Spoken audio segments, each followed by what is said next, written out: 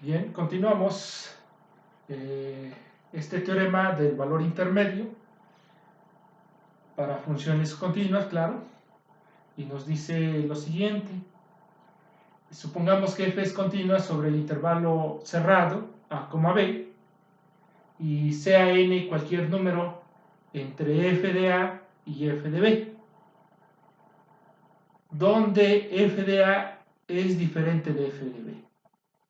Entonces, la conclusión que vamos a tener es que existe un punto en el intervalo abierto a, b, ¿sí? El mismo intervalo donde la función es continua, tal que f de x0 es igual a f de c, claro, pero es igual a ese valor entre f de a y f de b.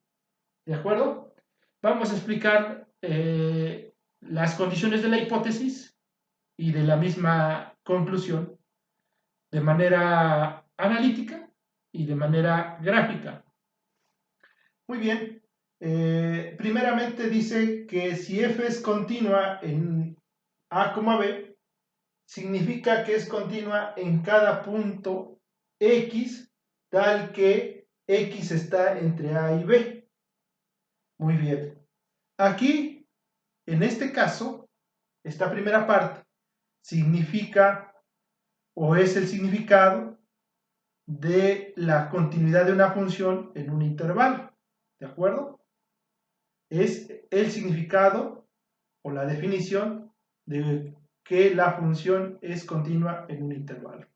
También recuerde que se puede definir la continuidad por la derecha y por la izquierda. Entonces la función es continua por la derecha de A y por la izquierda de B, como en el caso de los límites laterales. En esos casos, las condiciones de la continuidad en un punto se cambian en el punto 2 por los límites laterales correspondientes. ¿De acuerdo? Muy bien. El segundo punto dice si n es un número entre f de a y f de b. Entonces, dos cosas posibles, y solo una de esas. F de a es menor que n, menor que f de b. Fíjese, una desigualdad estricta. ¿Sí? O f de b menor que n, menor que f de a. Puede ser que también se dé la igualdad, pero en el siguiente punto dice que f de a debe ser diferente de b. En el siguiente punto debe decir f de a diferente de f de b, que es esta condición de la hipótesis. Entonces, necesariamente f de a es menor a f de b o f de b menor que a, de la misma tricotomía de los números reales. Bueno, en concreto, ¿qué significado tiene que n esté entre f de a y f de b? Recuerde que los valores de la función están en el eje y, ¿sí? En el eje vertical. Entonces puede suceder que f de a esté por abajo de f de b y n tendría que estar entre esos dos valores. Entonces el comportamiento de nuestra gráfica puede tener algo como esto. Fíjese que el valor de n es para un punto x0 igual a c, pero podemos ver que no dice que sea único en el teorema. Dice que existe al menos uno. Puede haber dos o más puntos que satisfagan la ecuación de la conclusión, es decir, que f de c o f de x0 sea igual a n. ¿De acuerdo? Muy bien. Veamos el otro caso.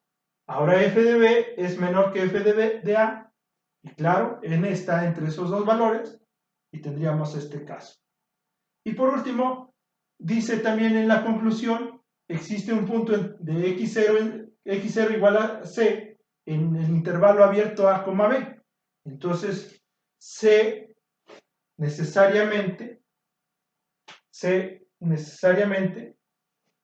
es mayor que a y menor que b. ¿De acuerdo? Muy bien. ¿Qué quiere decir a grandes, o bueno, en concreto este teorema? Quiere decir lo siguiente: si la función es continua en un intervalo cerrado, entonces toma todos los valores o barre todos los valores de entre los dos extremos, entre los valores de los dos extremos del intervalo. ¿Cuáles son los valores de la función en los extremos del intervalo? Son f de a y f de b. Entonces, vuelvo a repetir, este teorema nos indica que toma todos los valores entre estos dos valores extremos, f de a y f de b. Por ejemplo, este caso o este otro. ¿Sí?